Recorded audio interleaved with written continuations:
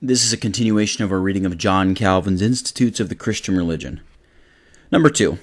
The distinction of what is called dulia and latria was invented for the very purpose of permitting divine honors to be paid to angels and dead men with apparent impunity.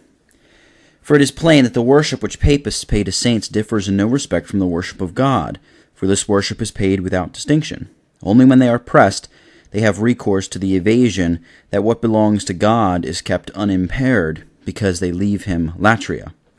But since the question relates not to the word, but the thing, how can they be allowed to sport at will with a matter of the highest moment?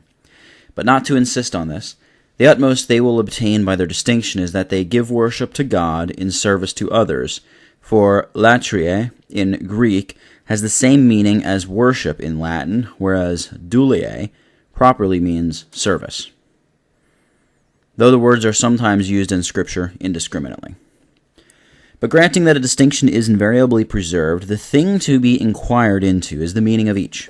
Dulia unquestionably means service and latria worship, but no man doubts that to serve is something higher than to worship. For it were often a hard thing to serve him whom you would not refuse to reverence. It is therefore an unjust division to assign the greater to the saints and leave the less to God. But several of the ancient fathers observed this distinction. What if they did, when all men see that it is not only improper, but utterly frivolous? Number 3. Laying aside subtleties, let us examine the thing. When Paul reminds the Galatians of what they were before they came to the knowledge of God, he says that they, quote, did service unto them which by nature are no gods, unquote, in Galatians 4, verse 8. Because he does not say latria, was their superstition excusable? This superstition, to which he gives the name of dulia, he condemns as much as if he had given it the name of latria. When Christ repels Satan's insulting proposal with the words, quote, it is written that thou shalt worship the Lord thy God, and him only shalt thou serve, unquote, Matthew 4, verse 10, there was no question of latria.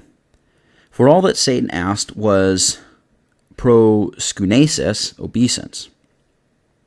In like manners, when John is rebuked by the angel for falling on his knees before him in Revelation 19, verse 10, Revelation 22, verses 8 and 9, we ought not to suppose that John had so far forgotten himself as to have intended to transfer the honor due to God alone to an angel. But because it was impossible that a worship connected with religion should not savor somewhat of divine worship, he could not proskunane, do obeisance to, the angel without derogating from the glory of God. True, we often read that men were worshipped, but that was, if I may so speak, civil honor.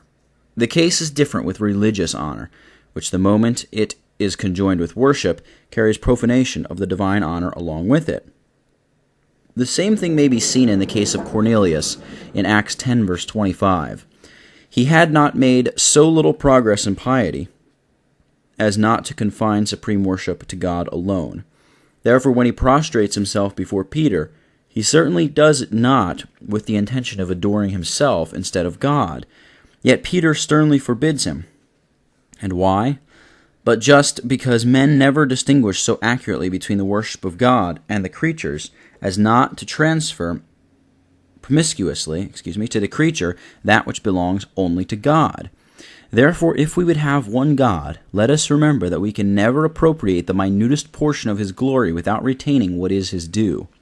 Accordingly, when Zechariah discourses concerning the repairing of the church, he distinctly says not only that there would be one God, but also that he would have only one name. The reason being that he might have nothing in common with idols. The nature of the worship which God requires will be seen in its own place. He has been pleased to prescribe in his law what is lawful and right, and thus restrict men to a certain rule, lest any should allow themselves to devise a worship of their own. But as it is inexpedient to burden the reader by mixing up a variety of topics, I do not now dwell on this one. Let it suffice to remember that whatever offices of piety are bestowed anywhere else than on God alone are of the nature of sacrilege. First, superstition attached divine honors to the sun and stars or to idols. Afterwards, ambition followed, ambition which, decking man in the spoils of God, dared to profane all that was sacred. And though the principle of worshipping of supreme deity continued to be held, still the practice was to sacrifice promiscuously to genii and minor gods, or departed heroes. So prone is the descent to this vice of communicating to a crowd that which God strictly claims as his own peculiar right.